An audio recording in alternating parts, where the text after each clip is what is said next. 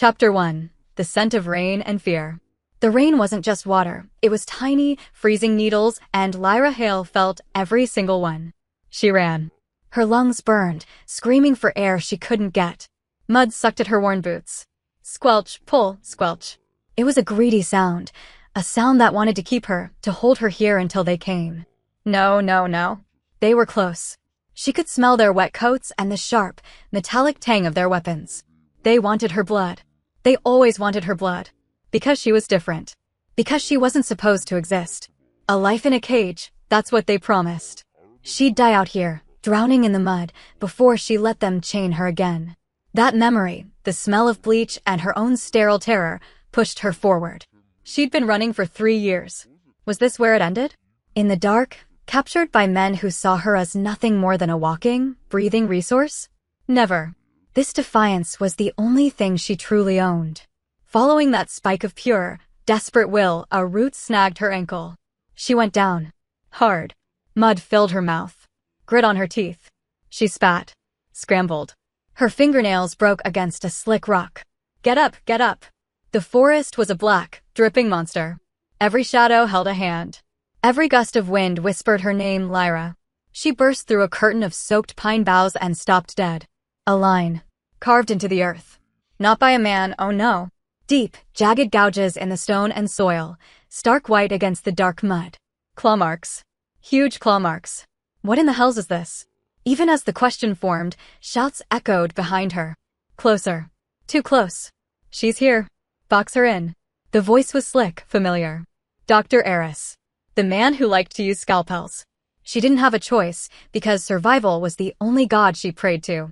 She launched herself over the strange, scarred boundary. The second her foot hit the other side, the air changed. It didn't just get colder. It got heavy. Thick, like breathing in velvet. A scent hit her, not just pine, but something musky, something animal, and something impossibly safe. A shiver ran down her spine, but this one wasn't from the cold. The sounds of her pursuers, their boots, their shouts, simply stopped. As if they hit a wall. She risked a glance back. They stood at the claw-marked line, panting, their forms blurred by the rain, but they wouldn't cross. They just watched her. That new fear, the fear of the unknown protector, was almost worse. This new place held its own power. She had to keep moving, had to keep breathing, and had to keep fighting. Ahead, through the driving sleet, a single, golden light glowed, a cabin, tucked into the mountain's shadow. Chapter 2. The Moon's Red Haze. Kael Draven knelt on the cold flagstones of his cabin, the circle of silver dust and crushed wolfsbane burning an acrid scent into the air. Tonight was bad. The moon was full. He kept his eyes squeezed shut, but the red haze was still there, painting the inside of his eyelids. It wanted out. The thing inside him, the Lycan madness his father's line called their inheritance, clawed at his ribs. He focused on the pain. The sting of the silver dust on his palms. The bitter taste of the herbs he'd chewed. The groan of the old cabin timbers settling in the wind. Anything but the pull. Control. That was the only word. Numbness was safe. Because feeling anger, joy, and especially desire was the fuel the madness craved. He'd seen what happened when control slipped. He remembered his father's eyes, not gold, but burning red. He remembered the screams. He would not be that. He would be stone. He would be ice. He would be empty. But the storm tonight made it harder. The wind rattled the shutters, a frantic rhythm that matched the panic in his chest. The ritual was supposed to suppress it, to lock the beast in its cage. For generations, his family had used this method. It was a painful, lonely existence.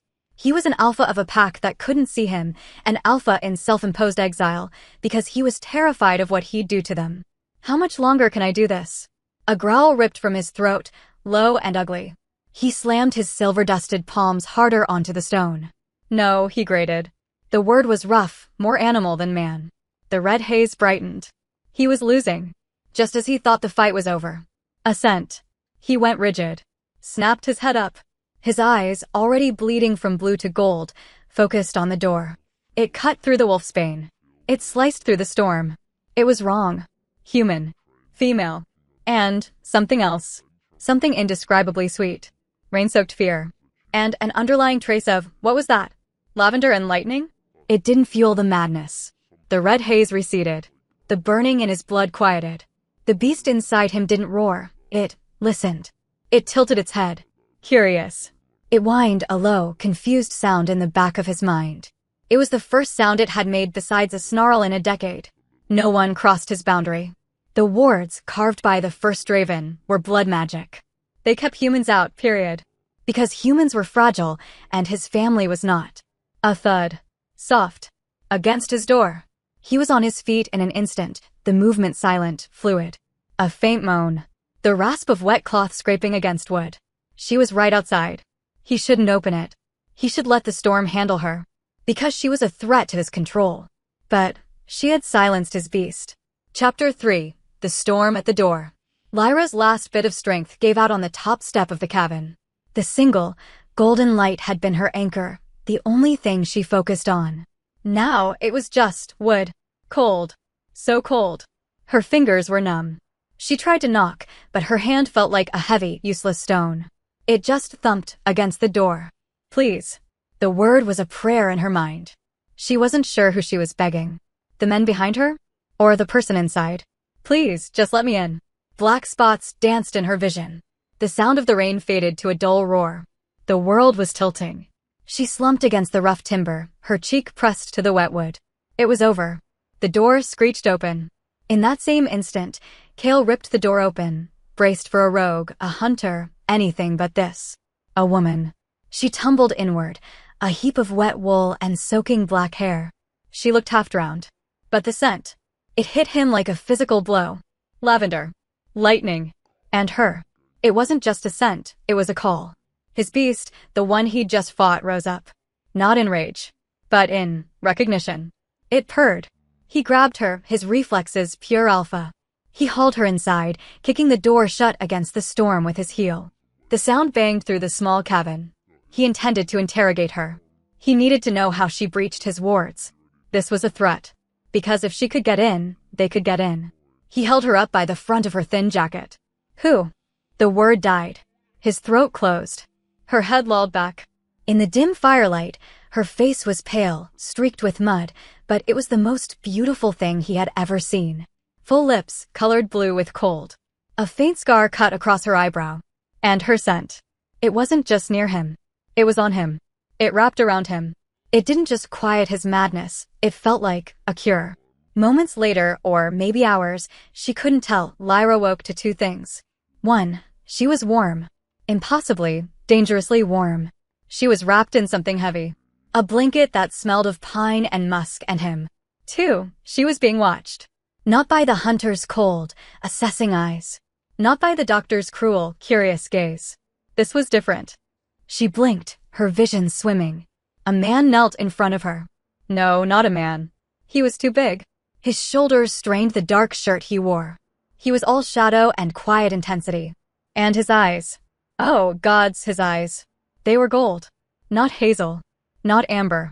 They were pure, liquid gold, and they glowed in the dim room, reflecting the firelight like a predator's. Her breath hitched. Fear, sharp and familiar, spiked through her. She tried to scramble back, but she was tangled in the heavy fur blanket. His voice came, a low rumble that vibrated in her bones, deeper than any human voice should be. You crossed into my land. Chapter 4. Blood on the Threshold. You crossed into my land. Kael's voice was a physical thing, a vibration that Lyra felt in her teeth. His golden eyes weren't just looking at her, they were in her, searching. She flinched, the heavy fur blanket pooling at her waist. She gasped, her throat raw from the cold. I was running. From men. They were. Crash. The cabin door, the one he'd kicked shut, didn't just rattle. It exploded. Wood splintered inward, spraying the room with ice and timber shrapnel. A figure, more beast than man, filled the doorway. It was massive, silhouetted against the raging storm, its eyes burning a sick, feverish yellow. It wasn't one of the hunters. This was something new. Something worse. Rogues, Kael snarled. He didn't shout. He breathed it. He was moving before Lyra could even scream. He became a blur, a shadow detaching itself from the fireplace. He met the creature in the center of the room. The impact shook the floorboards. A second rogue, smaller but faster, slithered through the broken doorway. Its gaze fixed on her. Lyra scrambled backward, crab-walking until her back hit the cold stones of the hearth. The rogue grinned. Its teeth were a broken mess. It smelled like rot and wet fur. The alpha hides a pet, it hissed, its voice a wet gurgle. The council will pay well for mine. Kael's roar was not human. It was thundering. It was possession. He threw the first rogue off him, a 900-pound man-beast, like it was a sack of grain. The rogue crashed into a wooden table, shattering it into kindling. But the second one was already on her. Lyra threw her arms up, a useless gesture. A searing, blinding pain erupted in her shoulder. Teeth. Gods, the teeth. They sank deep into her flesh. She screamed, a high, thin sound that was swallowed by the storm. In that same instant, the world turned gold. Kael was on the rogue. His hands, which looked like human hands a second ago, were now tipped with black, thick claws. He tore the beast off her and threw it backward through the ruined doorway, where it landed with a sickening crunch. Kael spun back to her. His chest was heaving. Blood, not his, dripped from his chin. His golden eyes were wide, fixed on her shoulder. Black, oily blood, rogue blood, oozed from the bite. Poison, he choked out. It's too fast. Lyra's vision was already tunneling. The edges of the room went fuzzy. A coldness, separate from the storm, was spreading from the bite, straight toward her heart. This is it. I ran from the hunters just to die here. No. Kael grabbed her. His face was a mask of agony. Of conflict. I can't. He looked at the door. He looked at her. He made a choice. Because he had to. Because she was dying. He lowered his head. Forgive me, he whispered. Then, he bit her. It wasn't like the rogue's attack. This wasn't a tear. This was a claiming. It was a fire that erased the cold. It was a sun exploding in her veins. His fangs sank into the flesh just below her collarbone, and Lyra didn't scream. She arched, a sound ripping from her, half sob, half ecstasy. It felt like her very soul was being rewritten. Kael pulled back. His eyes were wild. He watched, horrified and fascinated, as the black rogue poison was burned away. Her wound, the one he made, sealed itself. It knitted together, leaving behind only a faint, swirling mark on her skin. And for the first time in his adult life, the red madness, the curse that haunted his blood, went utterly, terrifyingly silent. Chapter 5. The Invisible Chain. Lyra woke with a gasp. She was in bed. Not on the floor. The cabin was quiet. The storm still raged outside, but the door had been boarded up with raw planks. The fire crackled, warm and bright. She sat up. Her shoulder, it didn't hurt. She touched the spot where the rogue's fangs had been. Nothing. Just smooth skin. Then her fingers brushed the spot below her collarbone. A pattern. Raised, like a fresh scar, but it didn't hurt at all. It thrummed. Like a plucked string. The memory hit her. The rogue. The poison. His eyes. His teeth. You, she whispered, her voice hoarse. Kael stood by the window, his back to her. He was impossibly still. What did you do to me? He turned. His face was pale.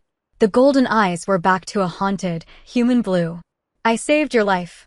You bit me, she screamed, scrambling out of the bed, pulling the fur blanket around her like armor. You marked me. Like an animal. The word hung in the air, tasting like ash. Because she knew, deep down, that's exactly what he was. What she might be now. The rogue's venom was killing you, he said, his voice flat. He was trying for that numbness again, but she could see the tremor in his hands. The alpha's bite is the only antidote. It heals. It claims. Claims, she repeated, the word of poison in her own mouth. Just like them. Just like the men in the forest. You all want to own something. She lunged for the door. She didn't care about the storm. She didn't care about the rogues. She would rather face anything than be the property of this monster. She ripped at the new planks. They didn't budge. Let me out. I can't. Let me out. Following that desperate plea, she turned on him, her fists raised. She was going to fight him. A 7-foot-tall wall of muscle. It was suicide. She knew it was suicide. But it was her choice. She took one step toward him, and an invisible chain snapped taut. It wasn't physical. It was inside her. A burning, agonizing pull centered on the mark he'd given her. It yanked her back. It felt like her soul was being ripped from her body. She collapsed, clutching her chest. What is this? She panted, the pain blinding her. Kael was at her side in an instant, but he didn't touch her. He knelt, his face a mask of self-loathing. It's the bond, he said, his voice rough. You're marked. You're mine. You can't leave. Not without me. The further you get, the more it will hurt. Until it kills you. Consequently, Lyra realized the truth. The hunters had wanted to put her in a cage. This man, this alpha, had just built her a new one. A cage made of her own flesh, tied to him. Because he'd saved her, he had also doomed her. He looked at her, his blue eyes filled with a dawning horror she didn't understand. But it's not just you, he whispered, a new, raw fear in his voice. I feel it too. It's quiet. Everything is quiet. He looked at his own hands as if they were alien. Whatever you are, you've silenced my beast. Chapter 6. A Cage of Safety. The silence Kael spoke of was terrifying. For 20 years, his life had been a constant, roaring battle against madness. It was a buzzing in his skull, a heat in his blood, a red film over his vision. Now, there was just peace. A calm, steady center. And it all came from her. From the woman crumpled on his floor, looking at him as if he were the devil. He wanted to reach out. He wanted to explain. But what could he say? He'd saved her life by damning her to his. He'd bound her to a monster to protect her from other monsters. The irony was so bitter it choked him. He had to get her off the floor. You're safe here, he said, his voice sounding hollow. Safe? She laughed, a broken, ugly sound. I'm your prisoner. I am not them, he growled, the alpha tone slipping back in. He recoiled. He was trying to reassure her, but his very nature was a threat. Before he could try again, a sound cut through the storm. A single, mournful howl miles away, but clear as a bell to his ears. It wasn't a rogue. It was his beta. Elias. It was a summons. Kael stiffened. They know, he said, mostly to himself. Lyra's head snapped up. Know what? Know about me. They know my words were breached. He stalked to the window, peering out into the white chaos. The council. My father's old advisors. He spoke the words like they were stones in his mouth. They tolerate my exile because I keep this mountain locked down. Because I keep my madness contained. A human crossing the line, he paused. A human surviving it? They won't understand. They'll see you as a threat. A contamination. This was a new, terrible complication. He was an alpha. His word should be law. However, his pack had seen his control slip before. They watched him, waiting for him to fail, waiting for the madness to take him as it had his father. They saw his isolation not as penance, but as a ticking clock. And now he had a human. A marked human. If they found her, they would kill her. Not just to protect the pack's secrecy, but to cleanse their alpha of what they would see as a sickness. A weakness. You have to hide, he said, turning back to her. Hide? From your people. Lyra pushed herself to her feet, her eyes flashing with a familiar, feral defiance. I'm done hiding. You don't have a choice, he roared. The cabin timbers seemed to groan with him. They're on their way. If they find you, I can't protect you. You mean you won't? I mean I can't. He ran a hand through his dark hair. You don't understand our laws. You are an outsider. Marked without sanction. They will see you as a danger to my sanity, to the pack's stability. And they will remove you. He saw the fight in her, the same desperate survival instinct that had pushed her across his boundary. But she was weak. And she was tied to him. He was her only shield. Because of that, she was also his greatest vulnerability. He grabbed the heavy fur from the bed. You'll stay. You'll be quiet. You won't make a sound. He shoved the fur into her arms. I have to meet them. I have to lie. I have to send them away. He looked at her, his blue eyes pleading. Please. Until I find out why fate wants you here, and why they want you dead, you are safer as my prisoner than you are as their prey. Chapter 7. The Stillness Between Storms. He had lied. Kael returned from the ridge, the scent of wet snow and ozone clinging to him, and Lyra knew. She saw it in the tension of his shoulders, a rigid control that hadn't been there before. He had met his pack, his council, and he had deceived them. For her. A human. A prisoner. That single, unspoken fact shifted the ground beneath her feet. It was a terrifying, unwanted thread of connection. Days began to blur. The storm outside the cabin walls was relentless, a white, howling monster that matched the one she'd seen inside her rescuer. But in their small, firelit space, a strange quiet settled. It was not peace. It was a truce, heavy and fragile. Mornings were silent. He would rise before the sun, his movements fluid and unnervingly quiet for a man his size. Lyra would watch him through her eyelashes, pretending to be asleep. He'd stack firewood. He'd check the planks on the door.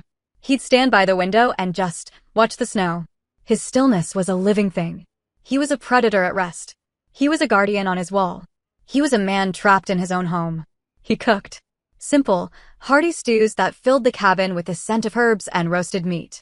He would place a bowl on the small table for her. He never spoke. He never ordered her to eat. He just provided. This was the most confusing part. Her entire life, care was a weapon. It was the doctor smiling before the needle. It was the guard offering a blanket before locking the cell. Because kindness was always a down payment on future pain. But Kael, he asked for nothing. He just was. As a result, Lyra's fear began to change. It didn't vanish. It sharpened. It became less about him and more about the situation. She started to see the man. She saw the exhaustion in his eyes when he thought she wasn't looking. She saw him trace the silver dust circle on the floor, his expression one of deep, abiding loneliness. This giant, terrifying creature who could tear a rogue apart with his bare hands. He was afraid. He was afraid of himself.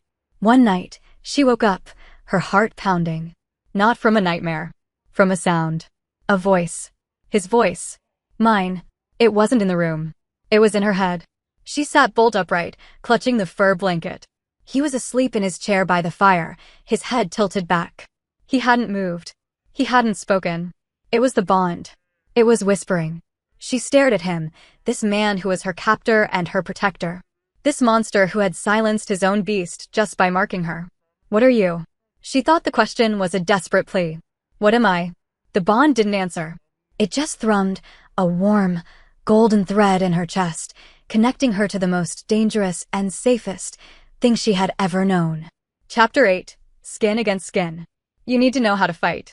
The words dropped into the cabin's silence 4 days into their confinement. Lyra looked up from the fire. Kael stood by the newly repaired door, pulling on heavy boots.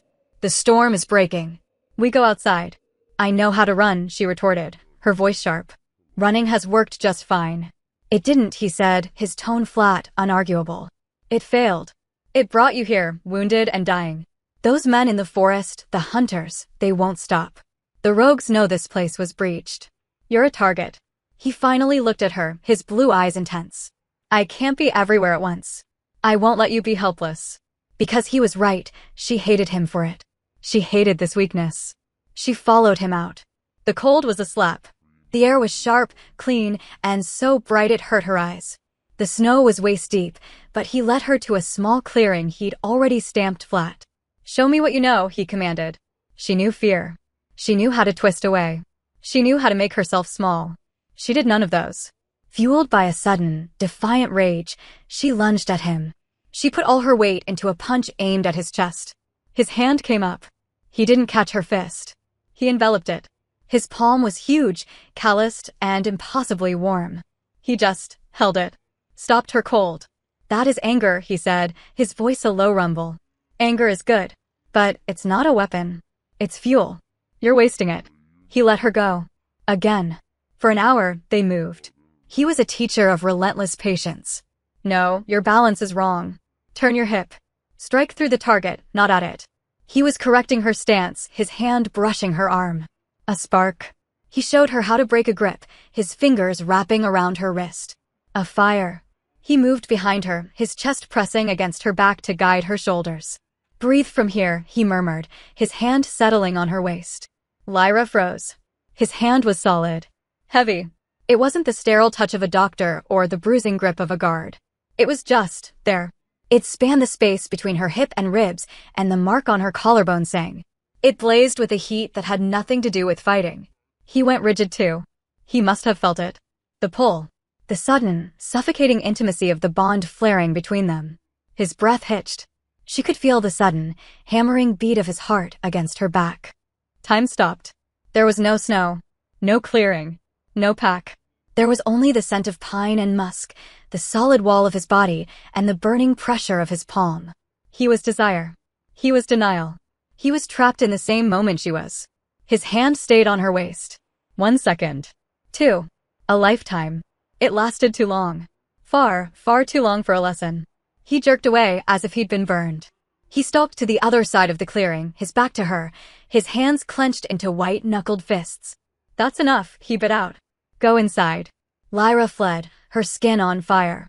She didn't know what was more terrifying, the monster that could kill or the man who could want. Chapter 9. The Sins of the Father. Kael left 2 days later. He had to.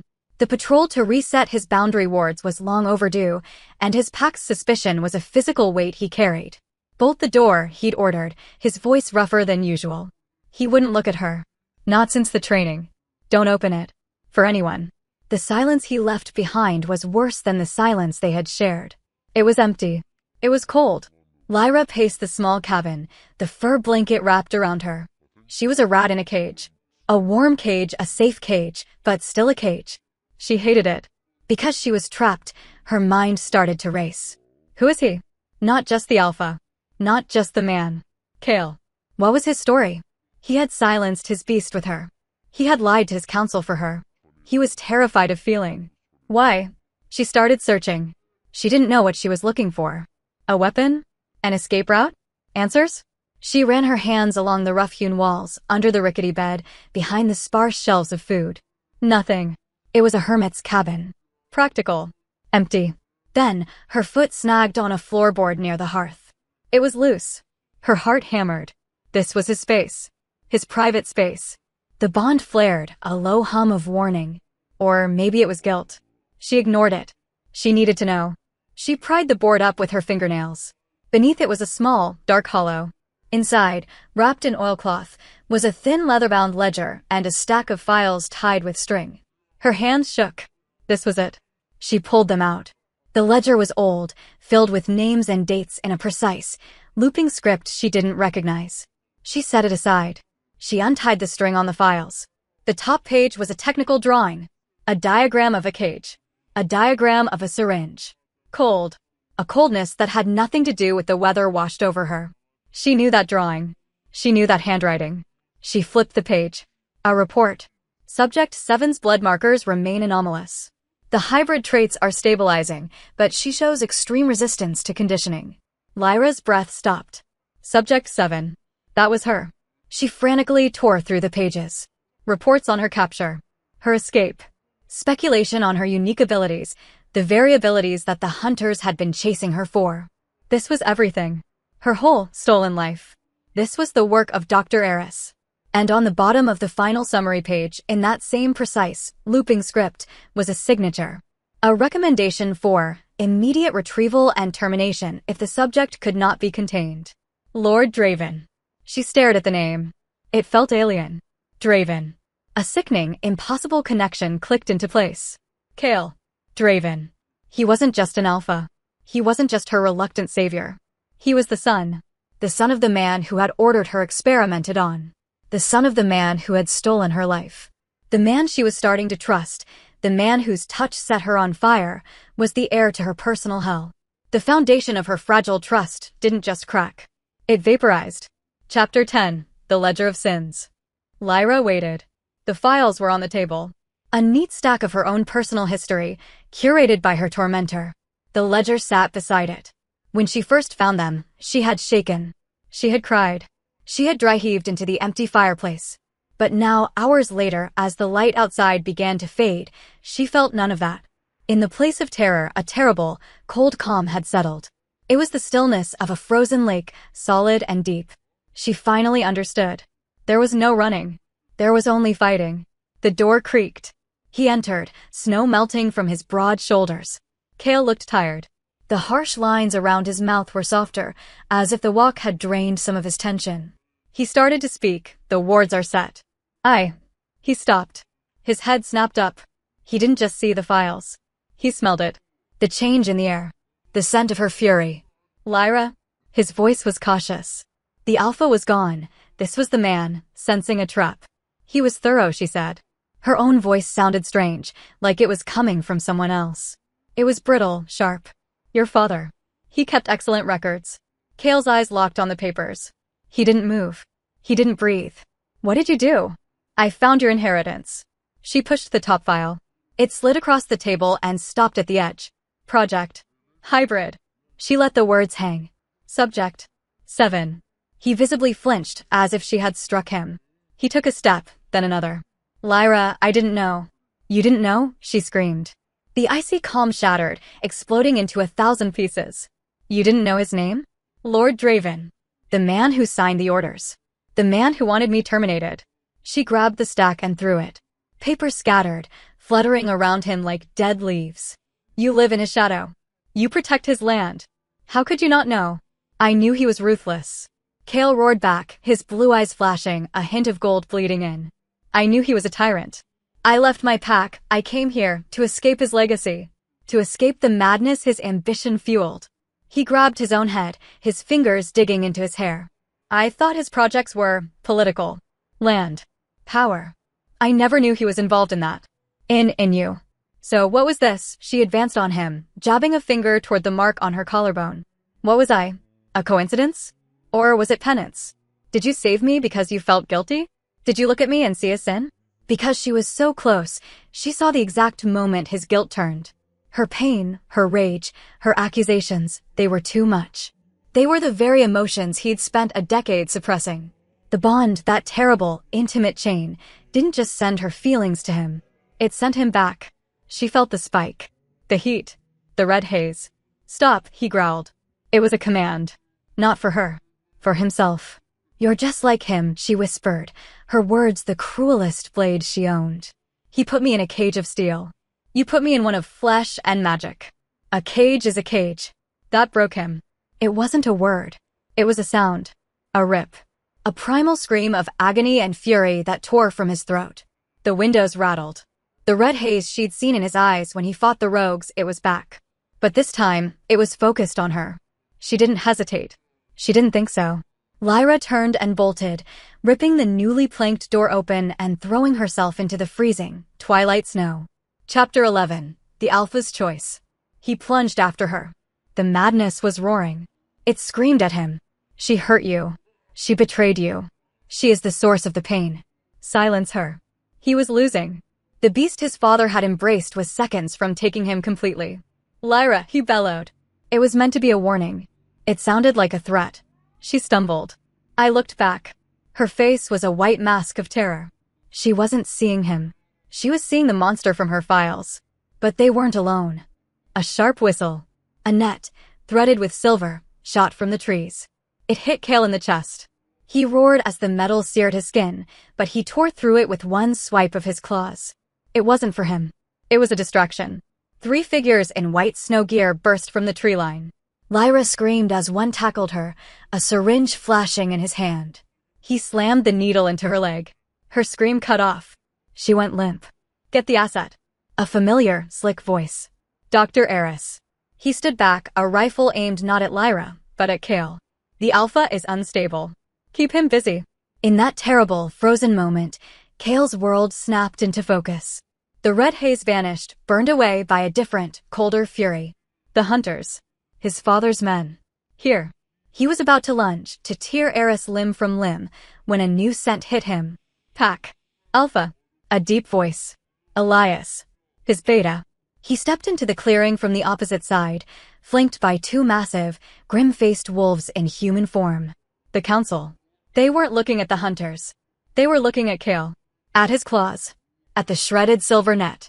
Elias, Kael said, help her. Elias looked at Lyra, who was being dragged by the hunters. He looked at Kael. His face was stone. No. The word hit Kael harder than the silver. What? We followed you, Elias said, his voice void of emotion. We felt the ward's breach. We felt the rogue taint. And now this. She is a contamination, Alpha. She brought the humans. She is aggravating your condition. He nodded at the hunters. Let them have her. Let them cleanse this mountain. It is the law. The pack comes first. It was an ultimatum. His pack. His law. His sanity. Versus her. Kael looked at Lyra's still form. He saw her defiance. He saw her find his father's files. He saw her kiss of fire. He looked at Elias, his oldest friend, his face rigid with dogma. He saw his pack's fear. He saw his father's cold, cruel legacy. He saw the tradition that demanded he sacrifice her for their purity. He realized his pack and his father's hunters were just 2 different kinds of cages. Because he finally understood, he made his choice. He turned his back on the hunters. He faced his own beta. The transformation was instant. Not the uncontrolled explosion of madness, but a willed act of power. Bone snapped. My muscles tore and reformed. Black fur erupted. He rose to his full, monstrous height, a 9-foot-tall alpha, perfectly, terrifyingly in control. His eyes were pure, solid gold. He stalked forward, placing his massive, clawed body between his pack and Lyra. He lowered his head and let out a growl that shook the snow from the pines. It was not a sound of madness. It was the sound of kingship. Then he spoke. One word that was both a promise and a declaration of war. She's mine. Chapter 12. The Mark of the Outlaw. The ensuing battle was not a battle. It was a judgment. Kael moved like a black storm. He didn't give the hunters time to aim. He didn't give his pack time to think. He was an alpha protecting his mate, and it was the most terrifying, beautiful thing Lyra had ever seen. She was fading. The drug in her veins made the world swim, but she was awake.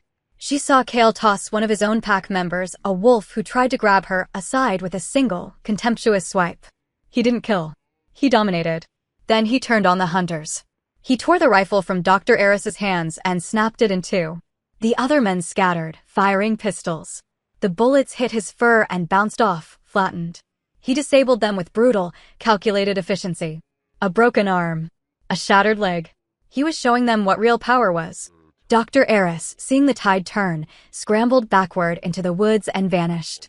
Kael spun back to his beta. Elias stood alone, his hand on the hilt of a silver knife, his face a mask of disbelief and horror. You chose a human over us, Elias whispered. You are your father's son after all. Mad. Kael shifted back, the fluid, his skin steaming in the cold. He stood naked, bleeding from a silver graze on his arm, but he looked more powerful than he had as a beast. No, Kael said, his voice raw. I'm not. My father saw power as a weapon to control. I see it as a shield to protect. He looked at Lyra. You are relieved of duty, Elias. Go. Tell the council what you saw. Tell them the exile is over. But this mountain? It's hers. He didn't wait for a reply. He scooped Lyra into his arms. He didn't go back to the cabin. It was tainted. He ran. He moved with a speed that blurred the trees, climbing higher into the unforgiving peaks. When she finally awoke fully, she was in a cave. It was dry, ancient. A fire already crackled in a natural hearth. Kael sat across from it, wincing as he wrapped his bleeding forearm. He was bleeding because the hunter's net had been laced with silver.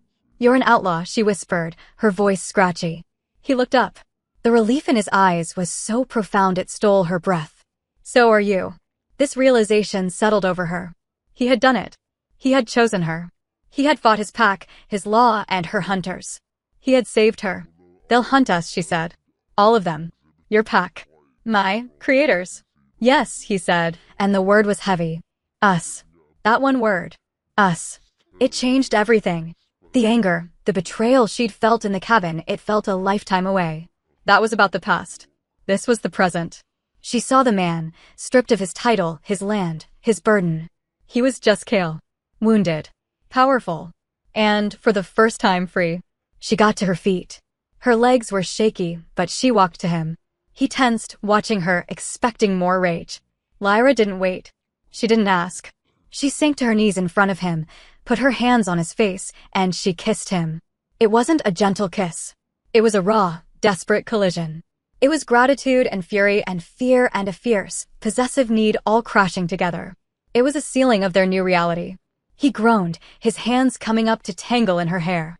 He kissed her back with a decade of pent-up starvation. And the mark on her collarbone ignited. It wasn't a thrum. It was a nova. A searing, white-hot fire that burned away her fear, his control, and everything else in the world. The accidental bond was now a deliberate chain, and she was holding his end just as tightly as he held hers.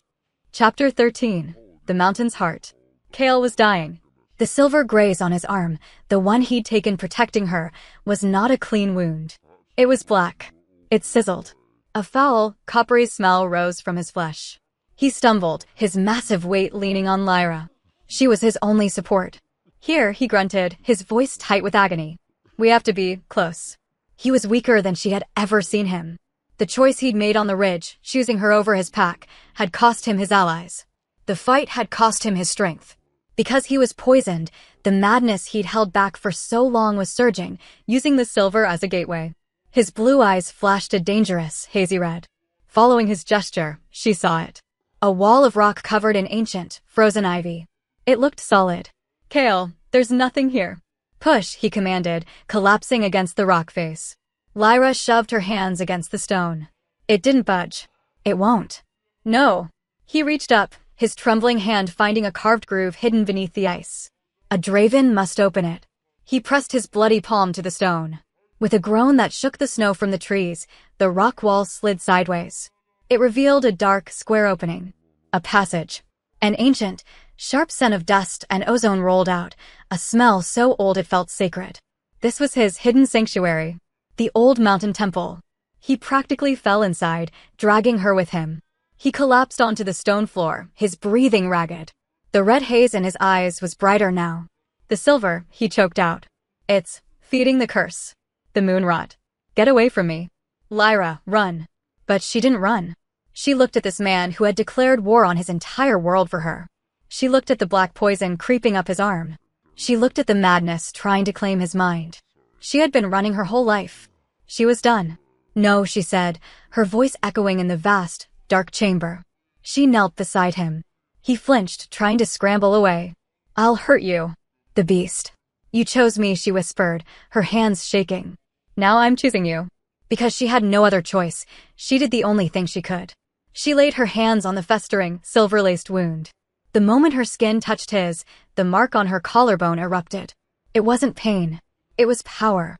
A brilliant, clean, white light flooded from her palms. It wasn't hot. It was a pure, cleansing fire. Kael screamed. It was not a roar of madness.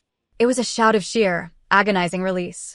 Lyra watched, her eyes wide, as the black, poisoned blood retreated. It dissolved under her touch. The sizzle stopped. The angry red flesh knitted itself back together. The red haze in Kael's eyes flickered, fought, and then vanished. He was left panting, his eyes a clear, shocked blue. He stared at his arm. It was whole. The curse, the moon wrought, was silent. Not just suppressed. It was gone. He looked at her, his expression one of raw, terrifying awe. What are you?" She had been Subject 7. She had been a runner. She had been a prisoner. Now, she finally knew. "I'm the cure," she breathed. That realization changed everything. The bond between them, forged in violence and fear, now flared with a different, deeper magic. It was not just a chain. It was a conduit. He saw her, really saw her, not as a human, but as his miracle. She saw him, not as a monster or an alpha, but as hers. He surged forward, his mouth capturing hers. This kiss was not the desperate, frantic collision on the mountain. This was reverence. This was certainty. His hands tangled in her hair, pulling her down. Lyra. Her name on his lips was a prayer. They came together on the cold temple floor. It was not a surrender. It was a seal. It was the final, irrevocable click of a lock that bound their souls. They were two broken halves, two outlaws, two exiles. And in the heart of the ancient mountain, they finally became one. Chapter 14. The Cost of Miracles. For 3 days, they knew peace. The temple was a true sanctuary, hidden from the world, silent and safe. They were not alpha and prisoners. They were just Kael and Lyra. The bond between them was a steady, warm hum, a constant, silent conversation. He explored her mind and body with a tenderness that healed wounds she didn't even know she had. In turn, she explored the temple. The walls were covered in ancient carvings. Stories. Her stories. Kael, look. She traced a carving on the main chamber wall. It showed a figure of light, a woman, her hands outstretched. Before she knelt a wolf, a shadow of madness left its body. It's us. He came to stand behind her, wrapping his arms around her waist. He pressed his lips to her mark. It's us, he agreed, his voice a low rumble. You healed me. You saved me. He felt whole. The constant rage, the red haze, the fear he'd lived with his entire life, it was just gone. He felt light. He felt human. Just as he said it, he saw the next panel in the carving. Lyra hadn't seen it yet. It was hidden in the shadows. It showed the same woman of light, now glowing brighter. But the wolf at her feet, it was fading. It was becoming transparent. It was dying. A cold dread, sharper than any rogue's claw, pierced Kael's heart. What does this mean? Kael. Lyra turned in his arms. What is it? You're pale. He was about to speak when he was hit by a pain so profound, so absolute, that his knees buckled. It was not the moon rot. It was not madness. It was emptiness. A hollow, agonizing cold that started in his chest and spread to his limbs. He doubled over, gasping. Kael, she shrieked, catching him. At the same time, Lyra felt a new presence. Outside the temple. Far down the mountain. It was a cold, slithering sensation, like spiders on her brain. Not wolves. Not hunters. They found us, she whispered, her blood turning to ice. She ran to the temple's hidden overlook. Far below, at the tree line, a new group had gathered. They wore dark robes. They moved like shadows. Witches. And standing with them, pointing up the mountain, was the unmistakable, slick form of Dr. Eris. The hunters and the witches, they had united. She's here. Eris's voice was too faint to hear, but she felt the words. The energy spike. She used her power. She's activated. Kael was at her side in an instant, the pain masked by raw alpha fury. I will never let them touch you, he vowed. He was fully committed. He would burn the world down for her. He stepped onto the precipice, ready to shift, ready to roar his challenge. He couldn't. He screamed. The sound was thin, human. He clutched his chest. The pain was back. His curse, the moon rot, did surge, but it was weak. It was dying. Lyra stared at him. She stared at her own hands, the hands that had healed him. She looked back at the carving, the bright woman, the fading wolf. Oh gods. No. The horrible, devastating truth slammed into her. Her hybrid power was not a cure. It was a parasite. It wasn't silencing his curse. It was consuming it. And because Kael's life force and his alpha power were fundamentally bound to the curse, her miracle was eating him alive. Chapter 15. The Kindest Betrayal. Kael felt it. The abyss. The hollowing out. She was his cure, and she was his poison. Every moment she was near him, her power, her very presence, siphoned him. The curse was dying, and, because it was part of him, he was dying with it. He loved her. Therefore, he had to leave her. But he couldn't just leave. The witches and hunters were at the base of the mountain. If he died, if he weakened completely, they would take her. They would tear her apart to find the power that was killing him. He had only one choice. It was the hardest one he'd ever made. He turned to Lyra, his face a mask of stone. He had to rebuild his walls. He had to be the alpha. He had to be the monster, just one last time. They are climbing, he said, his voice cold, distant. We have to hide. Deeper. There is a place. Lyra, still reeling from her discovery, just nodded. She trusted him. She would follow him into the dark. He led her through the back of the temple, into tunnels carved by his ancestors. The air grew cold. This, consequently, was his greatest fear come to life. He'd sought isolation to protect his pack from his madness. Now he had to seek isolation to protect her from his love. They arrived in a small, circular chamber. It was ancient. It smelled of dust and sealed air. Wait here, he said, his voice rough. I will draw them off. Lead them east. No. Lyra grabbed his arm. Kael, I'm killing you. I can feel it. We have to. You will wait, he commanded, his alpha tone making her flinch. She stepped back, hurt and confused. Kael. She stepped fully into the chamber. The instant her foot cleared the threshold, Kael slammed his palm against a rune on the wall. A sound like a mountain sigh filled the air. A massive, circular stone door, hidden in the wall, ground shut. It was sealed with a thud that shook her bones. Magic, blue and ancient, flared across its surface, sealing the cracks. She was trapped. She threw herself against the stone. Kael. Kael, no. Don't do this. His voice came from the other side. It was no longer the voice of an alpha. It was the voice of a man, broken and dying. It's the only way. You're safe there. The stone is warded. They can't smell you. They can't sense your power. The temple will hide you. You're sacrificing yourself, she screamed, her fists bloodying against the rock. You'll die out there. You're already weak. I am, he whispered. His voice was thick with a pain that had nothing to do with his life force. It was his heart. My madness is returning because I'm weak. I can't fight it and them. I would rather die as a man protecting you than live long enough to become the monster that hurts you. She heard him step back. Kael, please, don't leave me. She heard his footsteps, heavy and slow, walking away. The separation was a physical tear. The bond screamed, a high-pitched keen of agony in her soul. She could feel him, his weakness, his despair, his love. Lyra slid to the floor, her body racked with sobs. He was gone. But then, the sobs stopped. She wiped her face. He was wrong. She was not the same girl who ran from the hunters. She was not Subject 7. She was not a victim to be hidden. She rose to her feet, her eyes hard. He was her home. He was her pack. She ran from monsters her whole life. Now, she would run to one. I'm not letting you die, Kael, she whispered to the unmoving stone. She turned. The chamber wasn't a prison. It was a sanctuary. Ancient weapons hung on the walls. Tapestries depicted battles between alphas and witches. This was not a tomb. It was a war room. And she was going to find a way out. Chapter 16. The Traitor's Gambit. Kael was running on fumes. Each step was a fire in his joints. The hollowing out feeling was worse now, a giant, cold scoop taken from his gut. He was weak.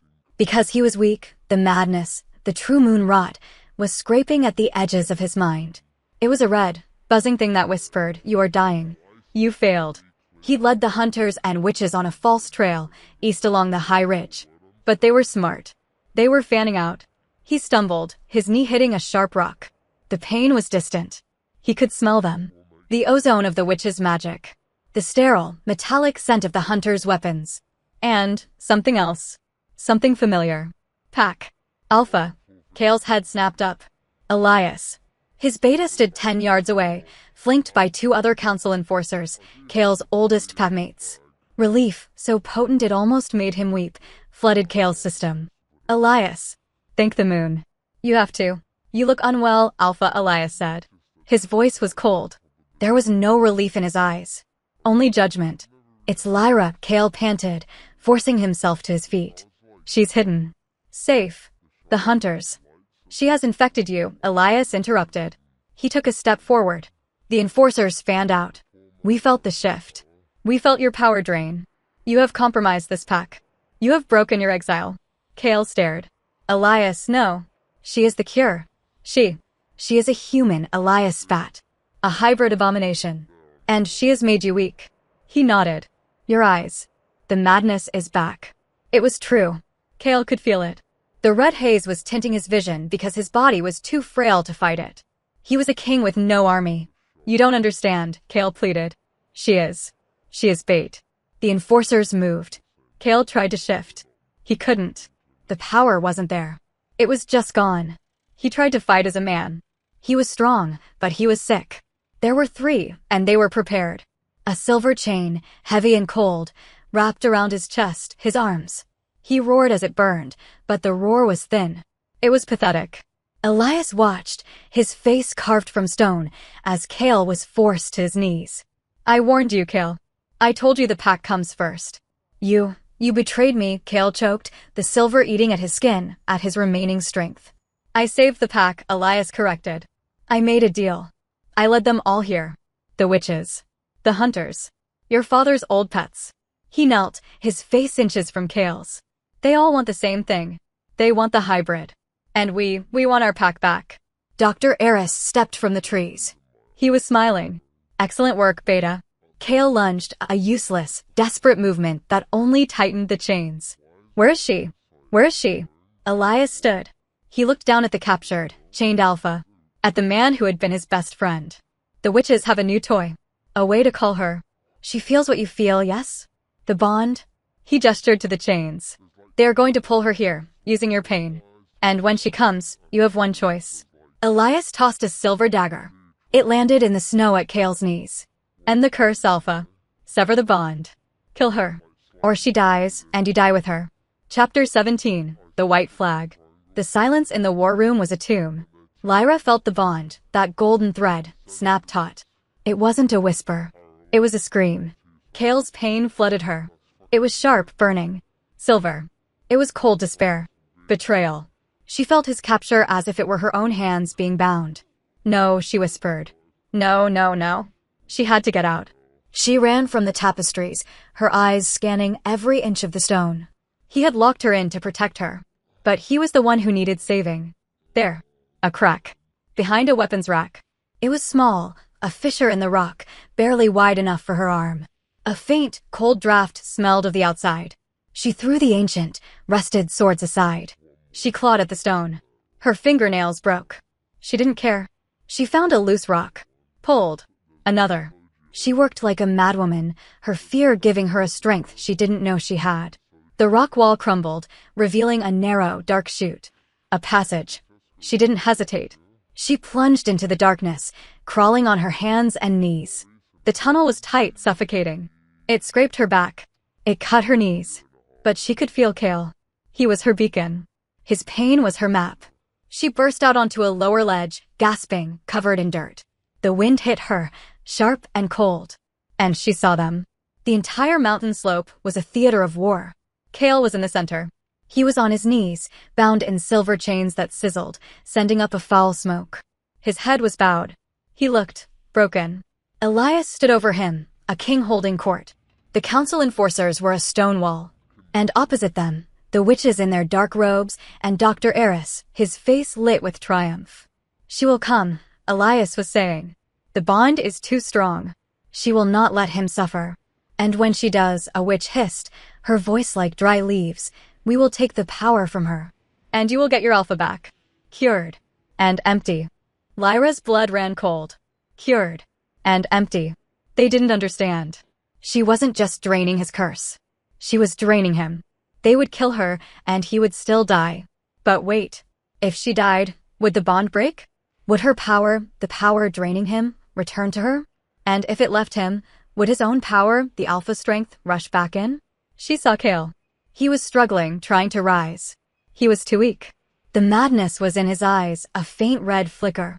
He was losing himself. Because she loved him, she knew what to do. She had to die, so that he could live. She stepped out from the rocks. Her voice, small but clear, cut across the armed standoff. Stop. Every head snapped toward her. Kael's head jerked up. His eyes, blue and gold and red, widened in horror. Lyra. No. Run. She walked forward, her hands raised. A white flag. She didn't look at Elias.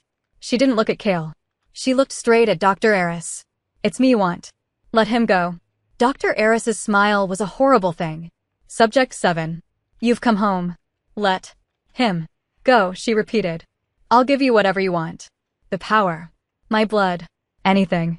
Just let him live. The head witch glided forward. A foolish girl. You think you can bargain? I'm not bargaining, Lyra said, her voice shaking, but her eyes steady. I'm surrendering. She saw Kael throw himself against the chains. He roared, a sound of pure agony. Don't touch her. The witch just smiled. She raised her hand. Take her. Chapter 18, The Unbound Beast. Kael watched them take her.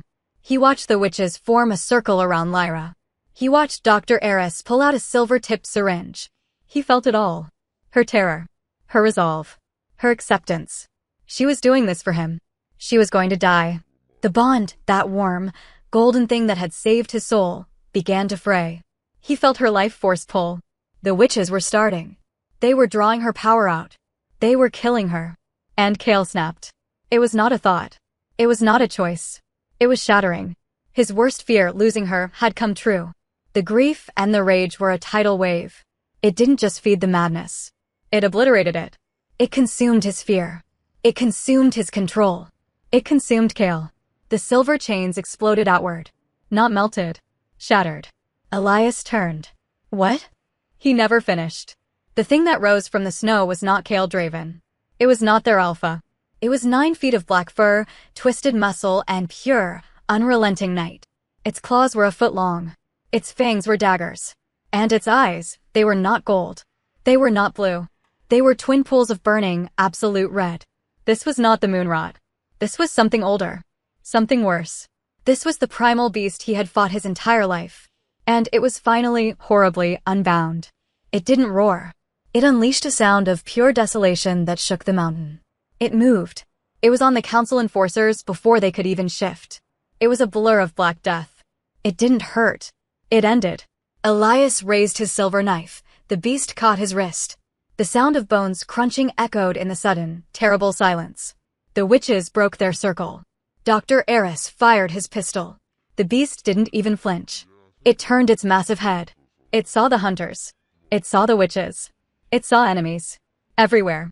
Kill it, Eris shrieked. The beast descended. It was a whirlwind of claws and teeth. It tore through hunters and witches alike. It was a force of nature. A hurricane. An earthquake. It was the mountain's own rage given form. Kael's worst fear was realized. He had become a monster. He was destroying everything. His pack. His enemies. Everything. He was his father's son, magnified. He threw a witch against a rock. He tore a hunter's rifle in two. The snow was stained red. Survivors were scattering, screaming. Then it stopped. It stood in the center of the carnage, panting, its black fur matted with blood. It had killed them all. No, not all. It turned. Its red eyes, devoid of reason, of memory, of love, settled on the last living thing. Lyra. She was huddled by a rock, the witch's ritual incomplete. She was the only thing left. The source of the pain. The trigger. The final threat. It began to stalk toward her. Low. Slow. A predator closing in. This was it. The end. Lyra got to her feet. She was shaking. She was crying. But she stood. She looked at the monster that had been Kael. Her voice, impossibly fragile, cut through the wind and the blood. If you're going to destroy everything, start with me. Chapter 19. The Man and the Monster. The beast stared. Its red gaze was fixed on her, this small, fragile thing that did not run. Start with me. The words were insane. Prey did not invite the predator. The red haze that painted his vision, the one that screamed kill, end, destroy, it flickered. Like a dying flame. It stuttered. The scent of her, lavender and lightning and Lyra, cut through the metallic tang of blood. Inside that inferno, Kael was a whisper. He was chained, drowning in his own power. He was the unbound thing. He was his father's worst nightmare. He had destroyed his own pack. He was about to destroy the only thing he had ever truly loved. But she spoke. He heard her. Not as a sound. He felt it as a light.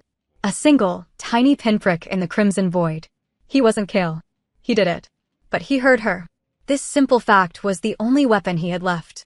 He was a ghost in his own body, but he reached for that sound. He grabbed it with both hands. He pulled. The beast roared. It was a new sound. It was not a sound of rage. It was a sound of pure, unadulterated agony. It clawed at its own head, black talons scraping its own fur. It staggered back from her, its massive body shuddering. No, a voice grated. It was not the beast's growl. It was not Kael's voice. It was something horrible, caught between. Lyra watched, her heart a frozen bird in her chest. The monster was fighting itself. It fell to its knees. The snow hissed. Bone snapped. Crack, pop, grind. It was the sound of his first transformation, but twisted, wrong. It was a war being fought in flesh and sinew. Black fur receded, steaming in the cold, revealing blood-soaked skin. Claws shortened, shrinking into blunt, human fingers. The massive, famed skull seemed to implode, crushing itself back into the features of the man she loved. Moments later, he was just Kael. He was naked, kneeling in a circle of red snow. He was covered in the blood of his pack. His enemies. He looked at his hands. Human hands. Sticky. Red. He had done this. He had fought repression his whole life, and the moment he finally felt, truly, deeply felt, he had become a genocide. He looked up. His eyes were blue. Haunted. Shattered. But they were his. Lyra? His voice was a raw scrape. He looked past her at the bodies. At Elias, crushed and unmoving. At the witches. At his own men. I did this? Because she was his only anchor in that ocean of death, she took one, trembling step toward him. She didn't have an answer. The monster was gone. But the man who remained was, perhaps, even more broken. The silence on the mountain was absolute, broken only by the cold wind. But then, a groan. A wet, agonizing sound from the rocks. Not everyone was dead. Chapter 20. The Bleeding Curse. That single sound shattered the fragile, horrific moment. Kael tried to stand. His legs buckled. Kael. Lyra rushed to him, grabbing his arm. It was freezing. He collapsed against her, his weight almost taking her down. He gasped. I'm empty. The power he'd used, the unbound primal rage, had burned out the very last of his reserves. The hollowing sensation was back, 1,000 times worse. He was dying. Fast. Lyra, he panted, his face pale. It's still happening. This was the truth. Her power was still draining him, even after the fight. The monster had been a temporary, final surge. Now, the real problem, the parasitic nature of her cure, was finishing the job. Because he had no curse left to feed it, her power was now just feeding on him. He killed them all. The voice was a wet gurgle. Lyra's head snapped toward the sound. Elias. He was alive. Pinned under a rock, his body twisted, but his eyes were wide. He was staring at Kael with pure, unadulterated horror. Monster, he choked. Not an alpha, a demon. A demon. He's right, you know. A third voice. Slick. Unharmed. Dr. Eris. He stepped out from behind a stand of pines, his white snowsuit stained with someone else's blood. He held a small, silver canister. Incredible, he said, his voice conversational. Absolutely primal. You've surpassed your father's legacy, Kael. A true weapon. But now he grinned. You're spent. Lyra spun, placing her trembling body between Eris and Kael. Stay away from him. Oh, I don't want him, Eris said, walking closer. He's a failed experiment. A byproduct. A dead end. I want you, Subject 7. You are the source. You are the power. You are the one who unleashed that. He gestured to Kael. And he, Eris said, is dying. Because you are near him. Am I wrong? Lyra froze. He knew. He had seen it. What do we do? Her mind was screaming. Kael, leaning on her, his breathing shallow, looked at the carnage he had wrought. He saw the man who hated him, Eris. He saw the pack brother who now feared him, Elias. He saw the woman who loved him. He needed a plan. He needed strength. He needed time. He had none of them. The temple, he rasped, his voice barely audible. The carving. The woman, she was giving the power, Lyra. Not taking it. You're not a parasite. You're a vessel. It's unbalanced. You're draining the curse. But the curse is me. We have to. It's too late for rituals, Kael, Eris sneered. He was 20 yards away. He raised the silver canister. This is a concentrated silver aerosol. A lovely invention. It will kill your beast, your curse, and your heart in about 30 seconds. Then, the girl comes with me. They were trapped. Kael was dying. Eris had the weapon. And from the rocks, Elias was watching, his eyes filled with a terrifying, righteous hatred. Chapter 21. The Last Stand. This was the end of the line. There was no mountain to climb. There was no sanctuary to find. The fight was here, in this graveyard of snow and blood. Kael struggled to his feet. Lyra held him up. They were two halves of a whole, and both halves were shattered.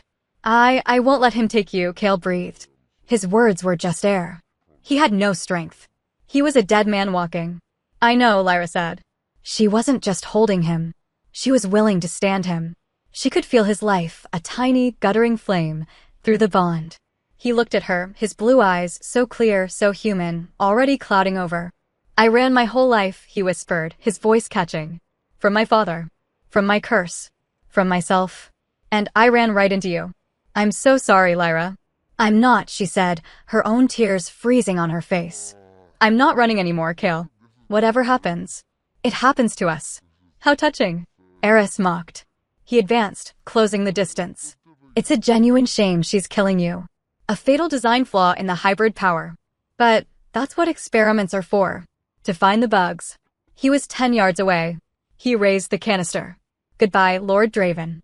Because he had no other choice, Kael used the last atom of his strength. He shoved Lyra. He tried to put himself between her and the canister. Lyra, run. But she didn't run. She stumbled, and she saw it. The twist. Elias. The broken beta. He wasn't just watching. He was moving. He had his silver knife. He was crawling, dragging his shattered legs through the snow. He wasn't crawling for Eris. He was crawling for Kael. He must die. Elias shrieked, his voice broken and wet. The demon, it must be purged. It was a nightmare. Eris was about to press the nozzle. Elias was lunging with the knife. Kael was a human shield, waiting for the killing blow. Lyra was trapped between them. She smelled the sharp, chemical tang of the silver aerosol. She saw the glint of the dying sun on the silver knife. She felt Kael's fading heartbeat through the bond. He was going. This was the moment. The ultimate test. She wasn't a victim.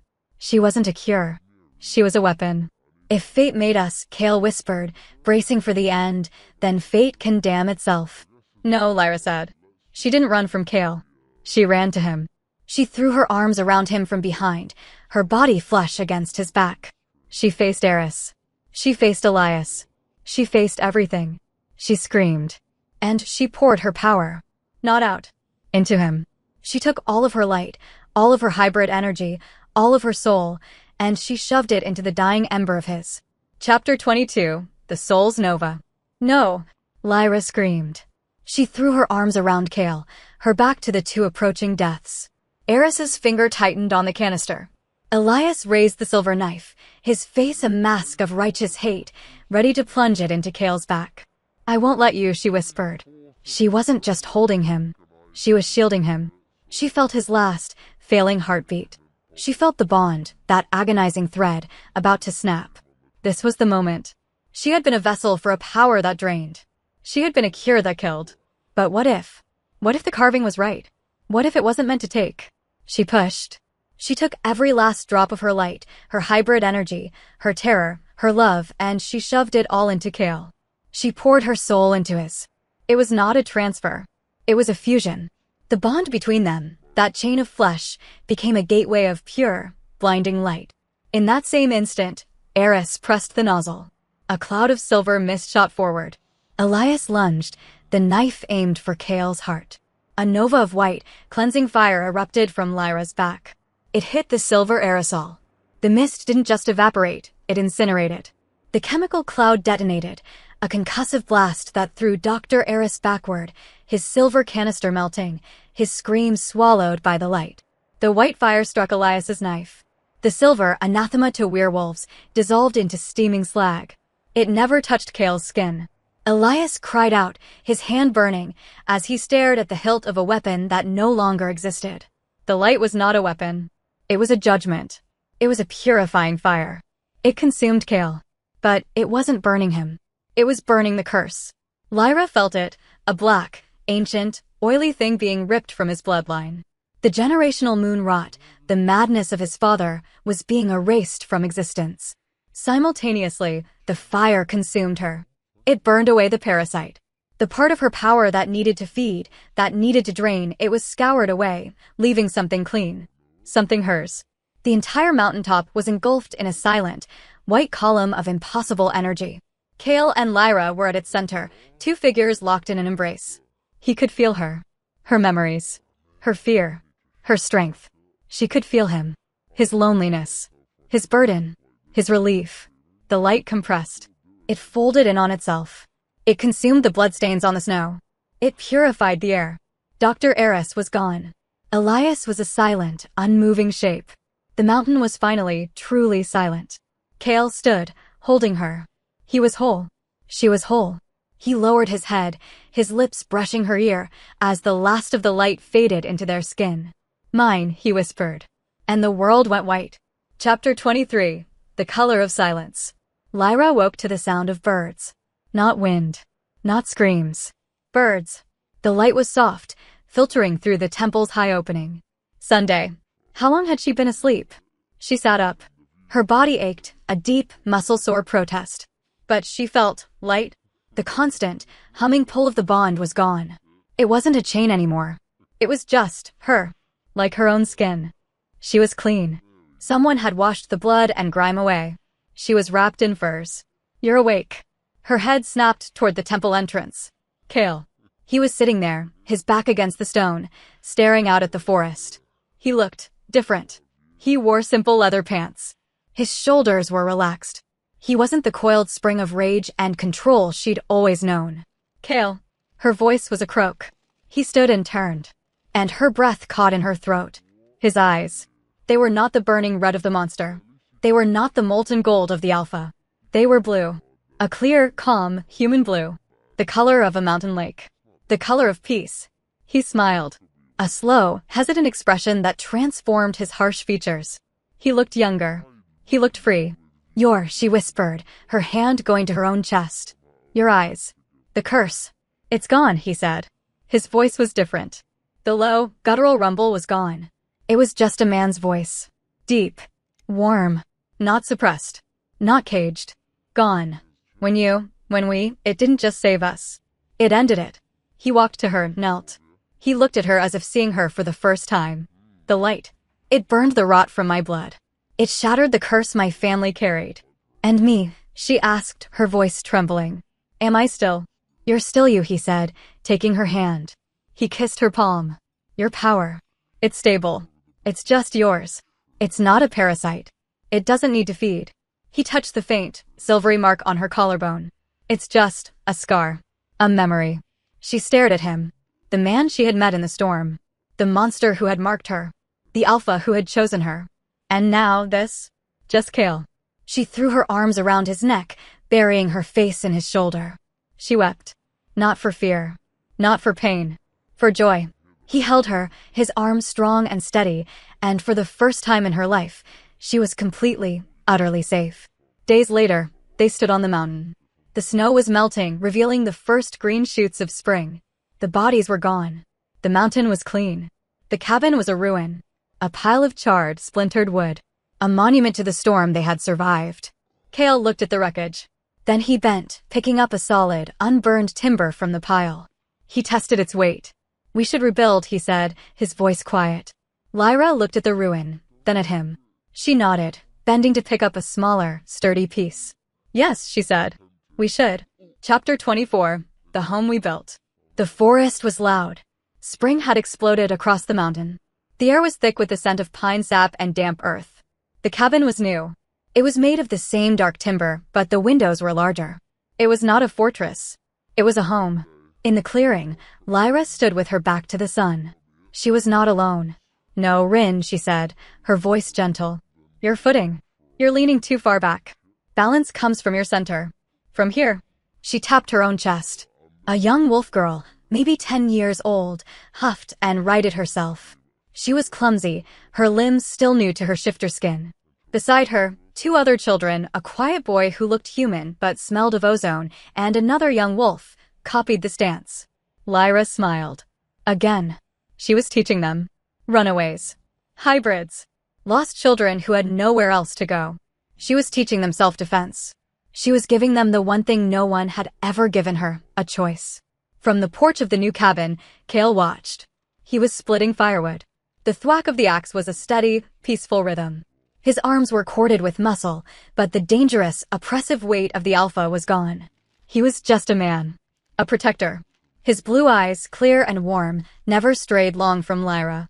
Later, as the sun began to dip, painting the sky in shades of orange and violet, Lyra came to join him. The children were inside, asleep. She leaned back against his chest, and his arms wrapped around her waist. They stood in the quiet, a familiar, comfortable silence. It's peaceful, he murmured, his breath warm on her hair. Lyra sighed, her body melting into his. I ran from monsters my whole life, she whispered, her voice so soft he almost missed it. I ran, and I found the only one who ever made me feel safe. He smiled, pressing a kiss to the top of her head. He traced the silvery mark on her collarbone, a faint, beautiful swirl against her skin. It was not a brand of ownership. It was the scar of their survival. You met the alpha by mistake, he said, his voice low. Lyra turned in his arms, her hands coming up to cup his face. She looked into his calm, blue eyes. Fate doesn't make mistakes, she answered. She rose on her toes and kissed him. It was not a kiss of desperation. It was not a kiss of fire. It was a kiss of promise. Of belonging. They were not cursed. They were not hunted. They were just rooted. They were home.